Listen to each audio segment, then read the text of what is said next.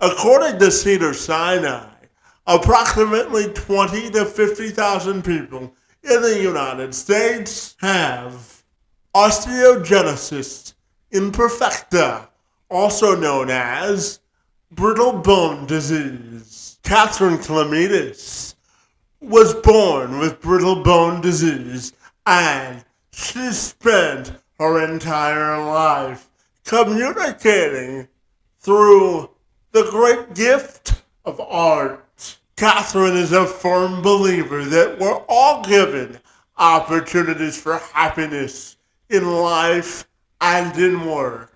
However, if we fail to take advantage of those opportunities, we'll never know what is possible. And for her, she's had her business for over a decade, painting the future for her family, friends, and clients.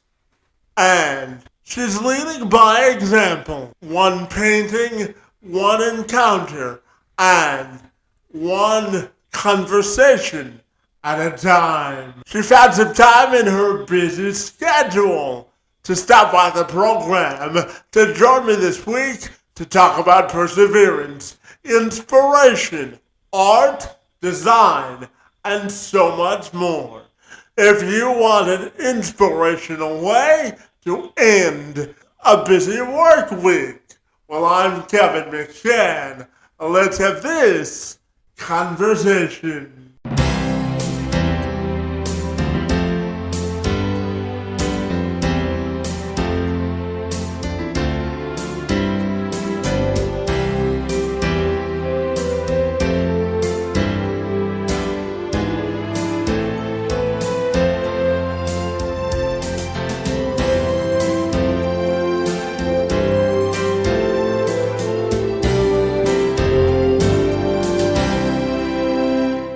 If you're ready, I'll take a moment to welcome you to the program, and I'm super excited to learn all about your life journey this afternoon. Thank you. Yeah, that sounds great. Yeah, thanks so very much for being here. Yeah. So, Katherine, I want to dive right into your story, but before we do that, I know that you sort of live your life by a motto that we're all presented with opportunities in life to sort of advance, but unless we take advantage of those opportunities, they'll go by the wayside. So I'm wondering if you can tell me all about it. Yeah, I mean, I think this applies to anybody, not just people with disabilities. I think that in life we are generally, certainly sometimes opportunities fall into our laps, but more often we have to create what we want, and I've certainly found that in my business. I've had to, kind of push myself and make the connections that I wanted to shape my business the way I want it to look. And, I think that's anybody. That's how people get to the top, is they figure out what they want and then they go out and they get it. Yeah, absolutely. I always tell people that we're all given a platform to make a difference in life, and it's up to all of us to determine which direction we want to go with it, right? Exactly. Because, you always have the choice. It may not always seem like it, but you always have a choice. Yeah, life is full of choices for sure.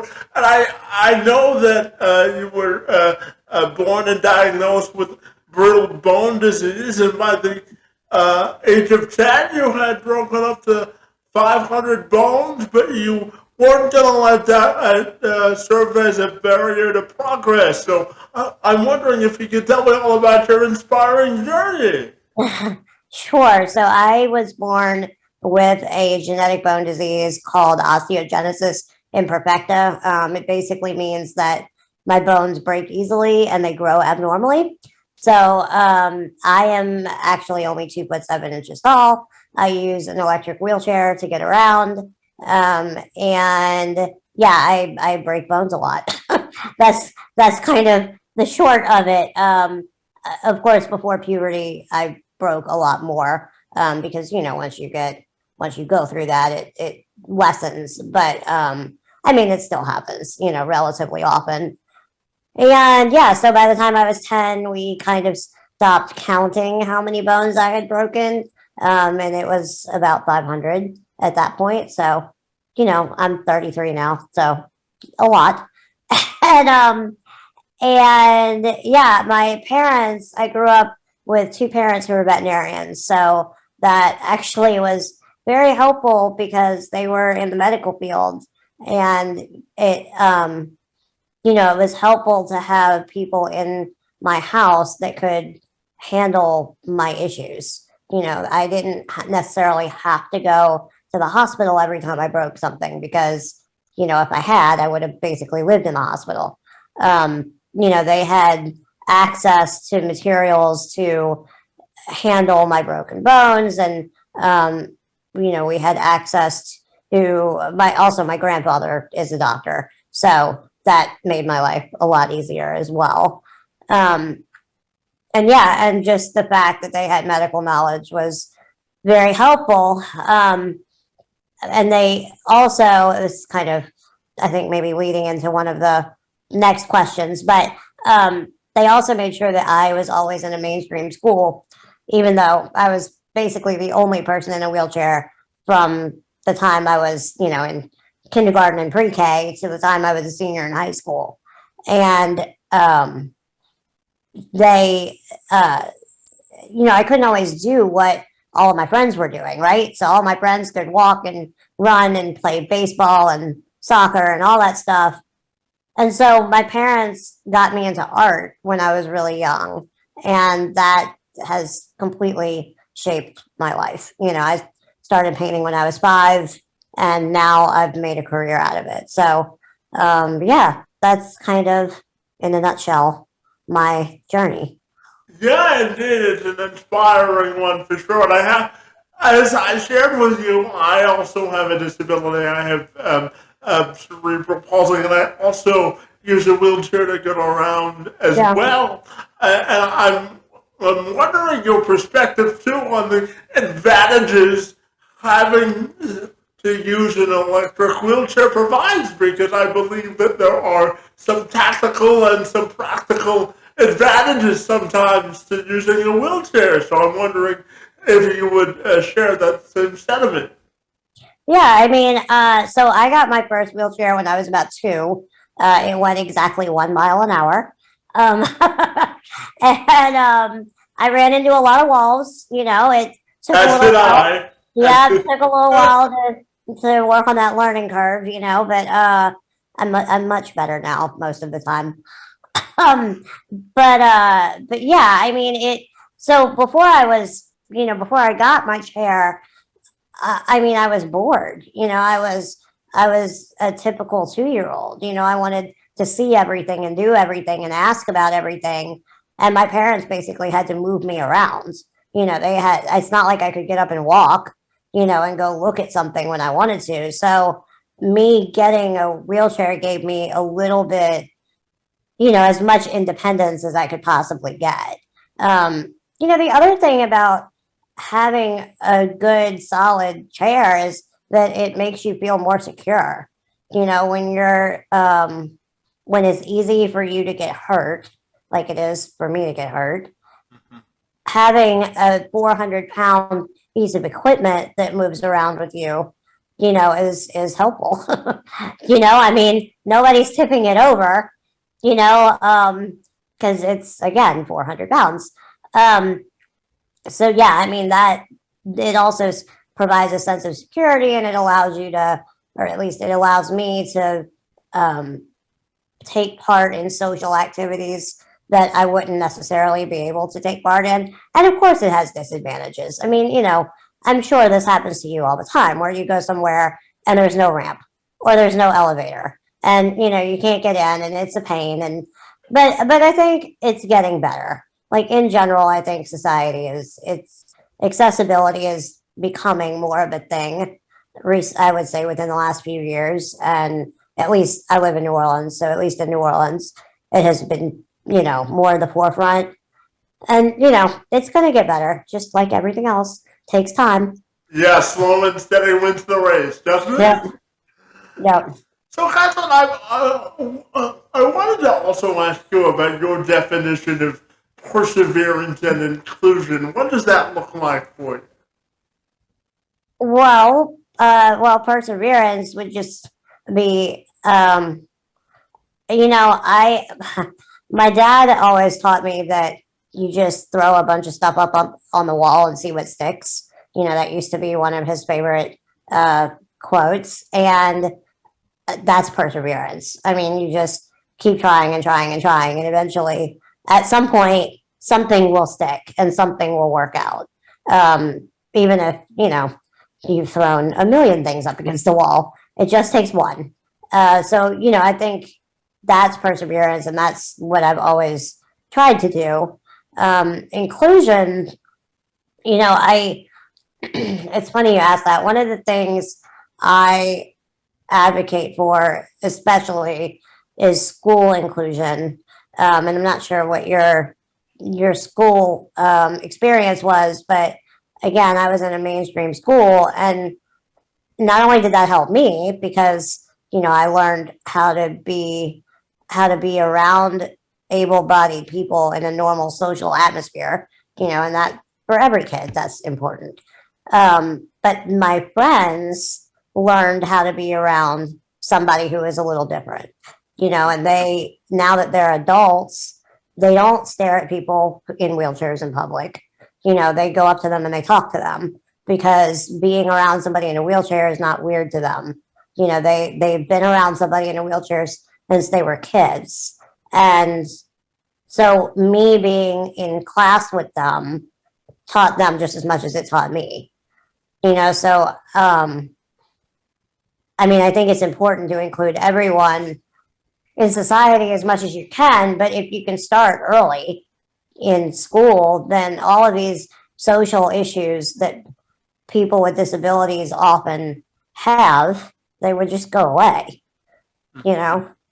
Yeah, I spent the first 3 years of my existence, I guess, at so I live in Canada. Um, Okay.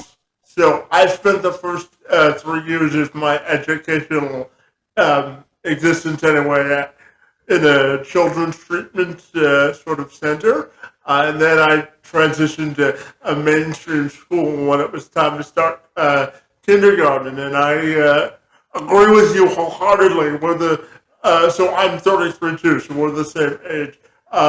So I also agree that being placed in a mainstream school helps with social and societal settings for sure. So I agree with that as well. Oh, yeah, definitely. Yeah, and Catherine, I live my life through a saying that I've coined that inclusion is the gateway to independence. And you sort of alluded to this in your last answer, but I wanted to dive just a little bit deeper into social inclusion and the importance of advocating for it for folks with disabilities because, when I was younger, just like you, I struggled a little bit with social isolation. And to this day, I still do. One of the reasons I wanted to start the podcast was to sort of fill the gap of social isolation when I couldn't get outside and go from point A to point B. So, tell me about the importance of building a community of support and social inclusion from your perspective. Well, I mean, just human nature. Everyone wants to be included, right? Yeah. I mean, that's just human nature. We all want to be accepted, and we all want to be included in the group. Um, I think that society is sometimes. I mean, you can just look at the news and make this conclusion. I think society is sometimes very closed-minded, and I think that is partly because um, I think it's because people who may be different from whoever is in question, they're nervous about being around, people who may not look like them, or people who may not act like them, or people who can't do the things that they can do. And um, again, like if students and kids were included all together in school, that problem may not exist. I mean, my thing is parents, I hear parents say, oh, yes, school's important for learning, math and English and science. But quite honestly, half of the importance of school is learning how to be social. I mean, that's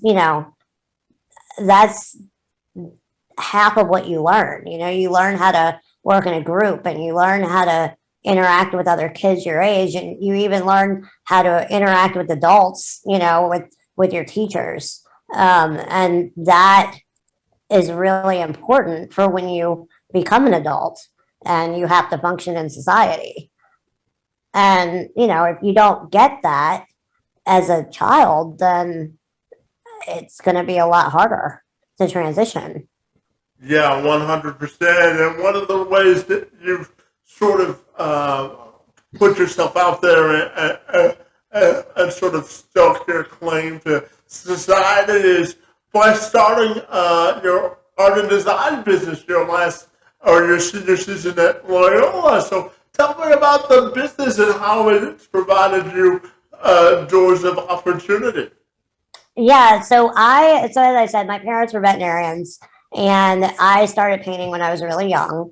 And I used to have to go to work with my parents every Saturday, or more, but for sure every Saturday. And I would sit in the exam room or the waiting room or wherever in the office and paint everybody's pets that came in. And so I got better at it. My parents enrolled me in private art classes. I took art classes in school. I took a million summer camps, as many as I could. And I got better at it to the point where their clients would start paying me to paint their pets as, a 13-year-old. And it's pretty cool when, as a 13-year-old, you have a job and you're making your own money. And now, unfortunately, or fortunately, the flip side of that is my mother told me I had to start buying my own stuff. Obviously, not the things I needed, but the things I wanted, right? So, extra clothes, extra toys, whatever. I had to start buying all that myself, but that's okay. It made me learn money management very early. But but yeah, I mean, I I and my parents owned their business, so I grew up watching somebody run a business, right? So I grew up, learning about taxes and budgets and money and what it takes to keep an office space clean and organized and how to handle staff and that kind of thing. And so it was just natural. Like when I got into art and then I decided to go into graphic design and art in college, um, it was like there was no question. I think I entertained the idea of joining a design firm, a local design firm for like a couple weeks, and then I just said no. I really want to own my own business, because I like the control, um, honestly. There's But nothing B, like being your own boss, huh? exactly. But B, like technically for me, when I break something or I hurt or I need to lay down or I need to, I need these accommodations. If I'm working out of my home, I can all those accommodations for myself, or if, I didn't sleep well because of pain or whatever, and I need a couple extra hours in the morning, and then I can just work later at night. You can't do that when you work for somebody else.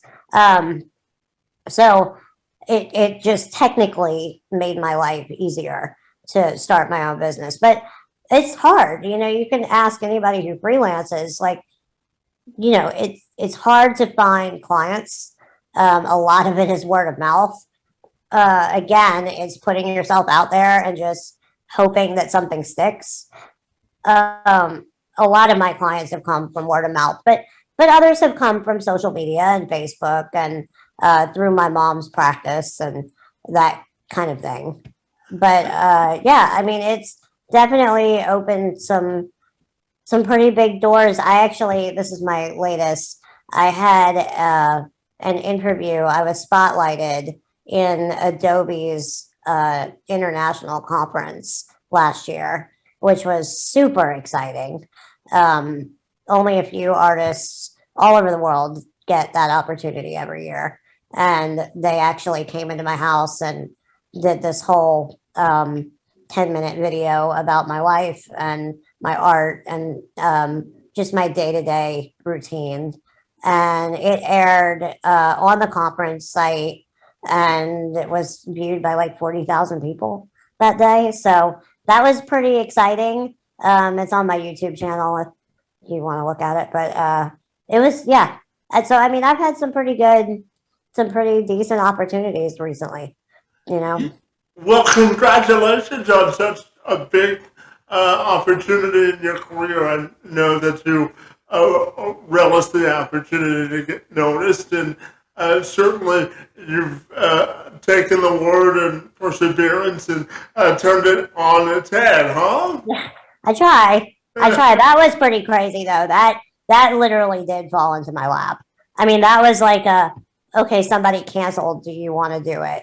And I mean, I knew about a day and a half ahead of time, and we had a film crew of 10 people in our house for 11 hours, and it was insane. But anyway, it was Well, really yeah, absolutely, Catherine. I always say that everything in life happens for a reason, doesn't it? definitely. And Catherine, after nearly a decade in business, I'm fascinated to ask you what keeps you sustainable and what keeps you going. Well, I don't know. I have really great family, and I have really great friends who are basically my family. Um, and um, I love going to music event, like live music events. I joke that I live for my next concert because, like, one of my favorite things in the world is going to see live music. And now that COVID has kind of calmed down a little bit, we actually get to see some live music. So that's really exciting. Um, so that keeps me going in the short term. In the long term, I mean, I feel like I have an opportunity to share a very different perspective that most people don't even think about. Like, for example, I was with somebody the other day who knows me really well. This is somebody who spends a couple days a week with me every week. And we went to somebody's house, and there was one step up into the house. And I said before we went, can I get into their house? She said, oh, yeah, yeah, yeah. It's one story, it's no problem. But she forgot about the step up because it doesn't dawn on her. I mean, she can walk up the step, but I can't.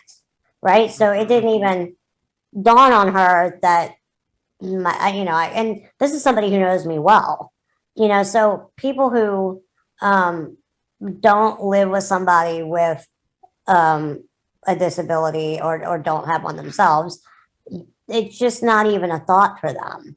And it's nice to bring awareness, Yeah, sometimes. yeah, absolutely. So I always tell people that you're your best self advocate, don't you Yeah, think? Yeah, absolutely. definitely. And I'm really lucky because my parents advocated for me very, very well when I was a kid. And then they taught me how to advocate for myself, as an adult. And that's, unfortunately a lot of people don't have that. And I'm really lucky that I did. That's certainly important, and it's a skill to advocate, isn't it? Oh, absolutely. Sometimes you got to be mean. Oh, absolutely. Sometimes you just gotta cut through the noise and get to the heart of the matter, don't you? Exactly. Tell it like it is. And Catherine, how do you define the word possibilities? Uh, how do I define the word possibilities? I think, I mean, possibilities are That's actually a really hard question. Um, there's part of me that wants to say like you can do anything you set your mind to, right? That's kind of cliche, but there's part of me that wants to say that. But of course, like I can't like flap my wings and fly, right? No matter how much I set my mind to it, I don't have wings and I can't fly, right? So I think that the word possibility, it is, you can do anything you can set your mind to within reason. I like for me, I there are some goals I have as an artist that I think I can achieve. But there are, like, for example, there are some goals I have that, or there are some goals that I had as a child that clearly I'm not going to achieve. For example, when I was 10, I was obsessed with the movie Free Willy. I don't know if you've ever seen that movie. I have, yeah. I loved that movie. Okay. I watched that movie all the time, all of them, all the time. And I wanted to be a killer whale trainer. Like, that was all I wanted to do for like 2 or 3 years. That is all I wanted to do. And clearly, like, that would be very difficult for me to be, like, I am a small snack for a killer whale. Like, clearly that probably wouldn't happen. A, because, of the whole disability thing, and B, I hate cold water. So, like, that would not, it's not a good match, So, yes, perhaps it's possible, but I mean, highly unlikely, right? So, I think possibility is you can do what you want to, like I said, within reason, right? Yeah, absolutely. And how do you define success and progress in the future when it comes to diversity, equity, and inclusion? How do you think we can continue to break down those barriers? Well, I think the more inclusion that happens in every situation, the more successful the society is, right? I think the more situations we have where we can include people with disabilities, people of different races, different religions, whatever it is, right? I think the more successful we'll be because the more perspectives we'll have. And I think the more the more different ways you have to look at a problem, the more likely you are to find the best solution. And so yeah, I think involving all kinds of people in the workplace, in social environments, in schools and education. I think that is probably the key to success. Yeah, absolutely. And you had mentioned earlier that you have a love for music, and I have to tell you, Catherine, you live right in the heart of New Orleans, so you've got a full diversity of music options, don't you? We do. We're actually about to have Jazz Fest, which is a huge festival here in New Orleans. It's one of the biggest in the country, and that's coming up at the end of the month. So we're very excited about that because it has not happened in 2 years. And Jazz Fest, I'm sure all of your listeners have heard of Mardi Gras. And Jazz Fest is about as crazy as Mardi Gras. Like, we really live it up for Jazz Fest. It's 7 days of music, and it's hot, and you get sunburned, and but the food is amazing, and the music is amazing. There's lots of headliners, like big, international names, but also lots of local bands. And so they kind of combine that, and it's so much fun. Well, nobody knows how to throw a party like the people of New Orleans, right? That is true. That is true. We party well down here. Absolutely. And Catherine, I'm wondering your greatest hope for your personal and professional future. Uh, well, I don't really know. As I said, I throw a lot of things up against the wall and see what sticks. So, Mhm. I have a couple of opportunities that I'm pursuing professionally right now, which I don't want to mention quite yet because nothing is set in stone. Until it actually happens, yeah. Yeah, I don't want to jinx myself. But I've got one particular collaboration possibly that is looking good at the moment that would professionally be a very good it'd be a good jump for me. Let's put it that way. Well, So that's fabulous. so that would be exciting. Yeah, absolutely. And tell me, how do you think you want your personal and professional legacy to be defined? Um, I always say that I hope that um people enjoy my art, and my story affects them in some kind of way. One of my biggest pet peeves is watching people who physically have, they have it all, right? They have full body function and they have enough money and they have um, the potential to do a lot and they just don't do anything. And so I hope that those people look at my story and say, oh, well, if she can do it, I can do it. Right. And as cliche as that sounds, I think stories like that help people. It helps them move forward. And yeah, I mean, if I could do that for some people, that would be great. It helps to put things in perspective, doesn't it? It does. It does.